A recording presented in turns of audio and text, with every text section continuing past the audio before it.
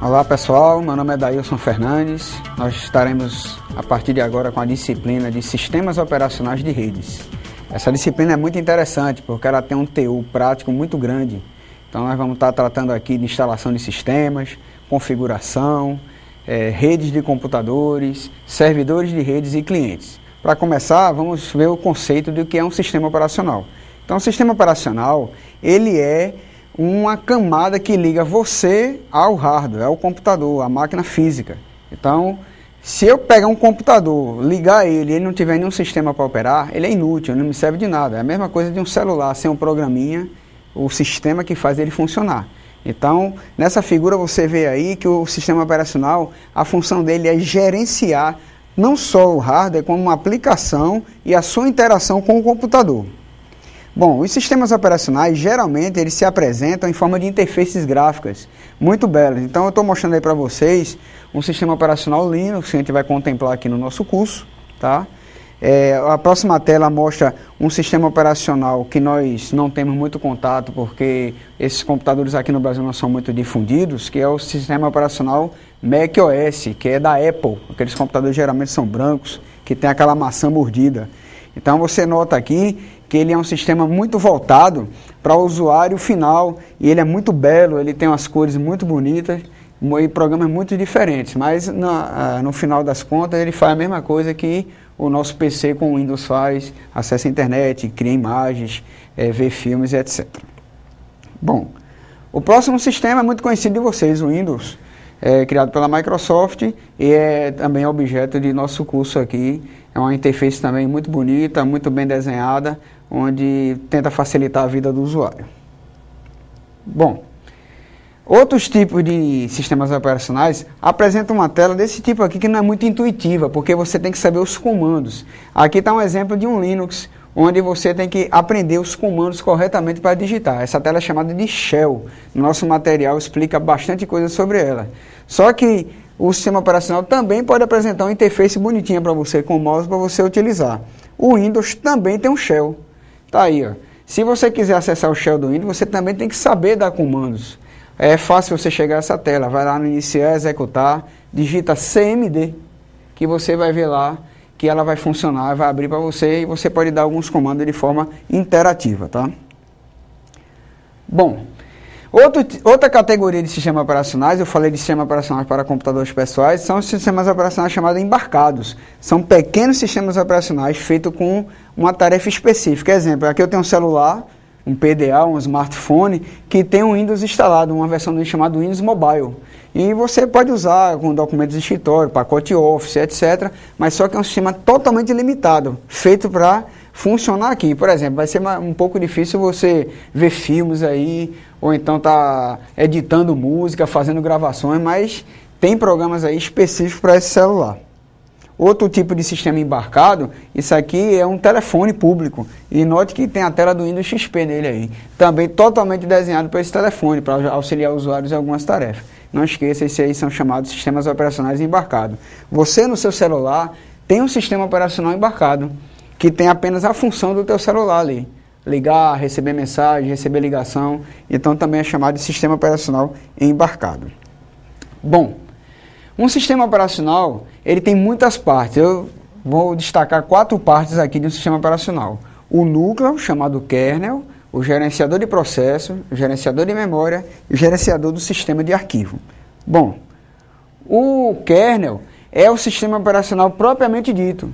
Então eu tenho um programa que você está usando, imagine que você está navegando na internet com o Internet Explorer, o teu hardware está te provendo conectividade, lhe jogando na internet, recebendo as páginas, só que no meio da camada aqui eu tenho o kernel, que está manipulando os bits que estão passando ali pela placa de rede, que está enviando pelo cabo de rede, ou pela rede wireless, ou pelo teu celular, que está manipulando o teu HD, que está guardando o dado na memória, que está recebendo o que você está digitando no teclado. Ou seja, a parte mais íntima de manipulação de hardware está dentro do kernel, é a parte mais complicada do sistema operacional, é o que faz a engrenagem funcionar, que faz o sistema funcionar como um todo. Aí eu tenho aí uma imagem simplificada do kernel do Windows. Note que você, o usuário, está no modo usuário. a gente chama de modo usuário e modo kernel. O modo usuário é onde você mexe, onde você clica, o que você desenha, o que você escuta, é a interface criada para você manipular. Porém, nos bastidores está lá o modo kernel, que fazendo os serviços funcionarem, fazendo os arquivos serem gravados, serem lidos, fazendo o gerenciamento de I/O, de input e output, ou seja, de entrada e saída de dados do teu computador. E tudo isso aqui manipulando a tua máquina. Então, o modo kernel é chamado de modo protegido. O usuário não acessa absolutamente nada daqui. O usuário apenas acessa o que está no modo do usuário e as aplicações solicitam ao kernel para fazer as tarefas de hardware, tá? Bom, aqui eu trouxe uma figura que está no seu material também e você vai poder ver agora de fato um diagrama do kernel do Windows de forma bem detalhada, tá? Também está aqui ó, o modo do usuário, está aqui os seus programas e daqui para baixo está o modo kernel, tá? Que faz a máquina funcionar. E aqui de fato está o hardware que você está utilizando. Como a gente aqui é uma cadeira de sistemas operacionais de rede, não é uma cadeira de sistemas operacionais da Microsoft, a gente também vai falar um pouco de Linux aqui. Então também eu trouxe aqui o kernel do Linux. Se você prestar atenção, é exatamente igual, a estrutura é igual, porque todo sistema operacional ele segue rígidos padrões de arquitetura. Então note aqui também, está o modo do usuário aqui, está o modo kernel aqui, está o hardware aqui embaixo, funciona da mesma forma. Se eu for detalhar aqui o sistema operacional macOS da Apple, exatamente igual, o modo do usuário, o modo kernel, o hardware embaixo. Ou seja, não interessa a marca, interessa que é um sistema operacional e tem a mesma função. Outra característica do sistema operacional, além de gerenciar todo o hardware, é gerenciar processo. O que é um processo? É qualquer ação. Abrir um programa é um processo, está escutando uma música é um processo, está navegando na internet é um processo. Então eu trouxe aqui a tela gerenciador de processos do Windows, onde você é capaz aqui de aumentar a prioridade, de finalizar um processo que está travado, de fazer... finalizar um processo que não está travado, mas você quer encerrar ele por aqui. Ou seja, essa tela lhe dá acesso ao gerenciador de processos do sistema operacional. Aí, coincidentemente, o nome é igual para facilitar nosso entendimento. Outra característica de um sistema operacional é gerenciar a memória. A tua memória RAM, 2 GB, 4 GB, 1 GB, 512, ela tem que ser gerenciada. Ou seja, que programas vão estar lá? Que programas têm que sair de lá para que outros processos vão para lá? Ou seja, toda essa história de ir para a memória RAM, sair da memória RAM, quem escolhe é o sistema operacional. E uma das coisas importantes da gerência de memória é que jamais deve faltar memória para os aplicativos. Então, mesmo que você tenha 512 e o sistema precise de 1 GB de RAM para fazer determinada tarefa, o sistema operacional vai criar uma área chamada memória virtual e vai ficar gerenciando o que está na memória real, o que está na memória virtual, subindo e descendo os programas. Essa parte de gerência faz parte do sistema operacional. Outra parte interessante do sistema operacional é gerenciar arquivos. Então aí está um HD, e o HD para o sistema operacional é imensidão. Imagina um HD de 500 GB que cabe 500 bilhões de informações lá dentro, aproximadamente. Então como é que se gerencia isso? Quem gerencia isso é o sistema operacional através de sistemas de arquivos, que nós estamos contemplando lá no nosso material. E a gente vai aprender a criar sistema de arquivos, a alterá-los, a apagá-los, a instalar vários sistemas em sistemas de arquivos diferentes, tá? Então essa é uma propriedade do sistema operacional. Vamos classificar agora os sistemas operacionais. Vou falar de algumas categorias aqui. A primeira é quanto ao licenciamento, ou seja, eu tenho um sistema operacional proprietário, aquele que eu pago por ele, um bom exemplo é o Windows, tá? Se eu não pagar, eu estou praticando a pirataria, eu posso ser incriminado por isso. Eu tenho um sistema operacional gratuito, é aquele que eu posso ir na internet ou numa banca de revista comprar uma revistinha, posso usar ele sem problema algum. E tem um sistema operacional de código aberto, que além dele ser gratuito, ele é um sistema operacional que deixa eu alterar todo o código-fonte dele, ver como ele foi feito. Um bom exemplo disso aqui é o Linux. Um bom exemplo desse gratuito aqui é um sistema operacional chamado BIOS, que ele é totalmente voltado para escutar música, e ver filmes, porém você não pode ver como ele foi feito, tá certo? Outra classificação é quanto ao gerenciamento de processos. Eu tenho um sistema monotarefa, aquele que só pratica uma tarefa por vez, Ou seja, se eu mandei imprimir 500 folhas, eu tenho que esperar a impressão de 500 folhas para depois escutar uma música. Depois de escutar a música que eu vou poder entrar na internet. Esses sistemas operacionais hoje já estão obsoletos, não são mais utilizados. E o multitarefa, como o Linux, como o Windows, que você, ao mesmo tempo que está escutando música, está navegando na internet, está fazendo impressão, está copiando um DVD. Outra característica de classificação é a aplicação. E isso aqui é objeto do nosso curso. É o sistema operacional cliente ou o sistema operacional servidor.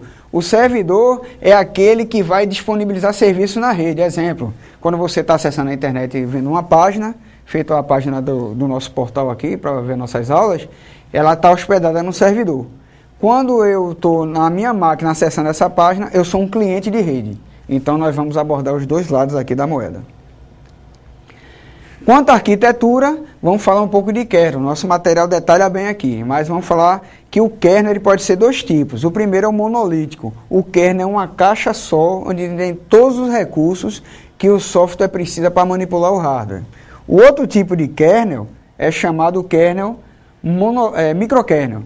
O microkernel, ele tem parte do que ele precisa aqui dentro, parte fora chamado servidores, e o software pode tanto precisar de algumas coisas aqui, como chamar através de IPC, que quer dizer chamada de procedimentos, ao kernel. Quer ver um bom exemplo? Aqui está o gerenciador de memória e aqui está o driver da tua placa de vídeo. Então, o software pode estar solicitando gravar alguma coisa no kernel, ou solicitando alguma rotina do kernel, ou pode estar solicitando alguma rotina da tua placa de vídeo. Bom, quanto ao uso, ele pode ser monousuário ou multiusuário. Monousuário, um usuário usa por vez só. Exemplo, o MS-DOS, o antigo. Tá? O Windows XP, só usa um usuário por vez. No multiusuário, eu posso ter um sistema operacional que pode ser usado via rede. Eu tenho dezenas de usuários usando ao mesmo tempo. Imagina uma rede lá, que eu tenho uma máquina compartilhada e eu posso estar lá usando. É muito usado isso em quiosque multimídia, é muito usado em LAN houses, esse tipo de sistema. Uma das coisas que a gente vai ver aqui é virtualização. O que é virtualização? É uma maneira de eu criar computadores de mentira numa máquina só. Então imagine que você tem um computador em casa e ao mesmo tempo você quer rodar Linux, Windows 2003 Server, outro Linux e Windows XP para estudar. Fazer uma rede em casa ao mesmo tempo.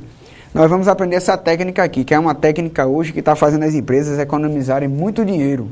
Então a técnica de virtualização está aqui demonstrada nesse diagrama da VMware, que é uma empresa líder no mercado de virtualização. Então essa é a máquina real, o hardware, que está rodando sobre o Windows ou sobre Linux, não interessa. E aqui eu tenho as máquinas virtuais. Quanto mais máquinas virtuais, mais recursos de hardware eu vou ter. Mas é muito interessante esse recurso, a gente vai estar usando aqui. Veja esse exemplo aqui, ó. Eu tenho um Linux real e aqui dentro eu estou rodando um Windows Vista e outro Linux. E aqui está o que está gerenciando isso. Esse aqui é um programa chamado VirtualBox, que a gente vai estar usando no nosso curso. Inclusive eu deixei uns vídeos lá no nosso portal para você aprender a instalar e gerenciar. Veja aqui que eu tenho uma máquina virtual do FreeBSD, que é um tipo de sistema operacional livre. Eu tenho um Linux, eu tenho um Windows Vista, eu tenho um Windows 2000. Ou seja, quem imaginaria isso? Eu numa máquina só tenho uma rede completa, testando, fazendo uma rede e fazendo todos os meus testes. Através da virtualização você consegue fazer isso. Outro exemplo aqui, ali eu tinha uma máquina real Linux comportando o Windows. Aqui é o inverso. Eu tenho uma máquina Windows comportando o Linux, tá? Então eu tenho um Linux e tenho um sistema operacional também gratuito chamado OpenSolaris aqui. Então você também pode fazer teste copiando, dando ping de uma máquina para outra, acessando servidores, fazendo uma invasão, testando um firewall, seja lá o que for. Qualquer operação de máquina real funciona em máquina virtual. Os dois sistemas líderes do mercado hoje estão aí, o VMware e a Sun. O VMware é pago, só que a empresa disponibilizou versões gratuitas. Por exemplo, essa que está esse logo aqui, chama VMware Server, ele é gratuito, você pode baixar lá no site e eu também deixei um vídeo contemplando a instalação do VMware Server. Ou você pode usar o VirtualBox, que é da Sun. A Sun é a mesma empresa que fez o Java. Ele é gratuito e a vantagem é o seguinte: o VMware, quando você for baixar, ele tem em torno de 500 MB, ele é muito grande. E o VirtualBox ele tem apenas 70 MB e faz a mesma coisa. tem algumas limitações, mas que para o nosso curso, tanto faz a gente usar um como o outro. Como esse aqui é mais leve, mais fácil de mexer, a gente vai estar usando o VirtualBox, tá certo? A tarefa que eu passei para vocês é a seguinte, logo para começar o nosso curso, tarefa prática. Procurar na internet o site do VirtualBox, baixar o VirtualBox para Windows e criar algumas máquinas virtuais, está lá no nosso material. Você vai criar máquinas de Windows, de Linux, de servidores e de clientes. Por enquanto, nós não vamos instalar nada. Só vamos criar as máquinas virtuais, aprender a gerenciar o VMware, tá? Desculpa, o VirtualBox. A tarefa 2 é você repetir tudo que você fez com o VirtualBox com o VMware. Então, baixou o VirtualBox, configurou a máquina virtual, fez tudo lá, fez, pronto, tá pronto. Procura o VMware na internet, baixa o VMware Server, está lá especificado na tarefa qual é o VMware, cria as máquinas virtuais e faz toda a instalação. E com essas duas tarefas a gente vai estar pronto já para a segunda semana nossa, que é a instalação de sistemas dentro de ambiente de virtualização. Tá bom, pessoal? Até a próxima semana.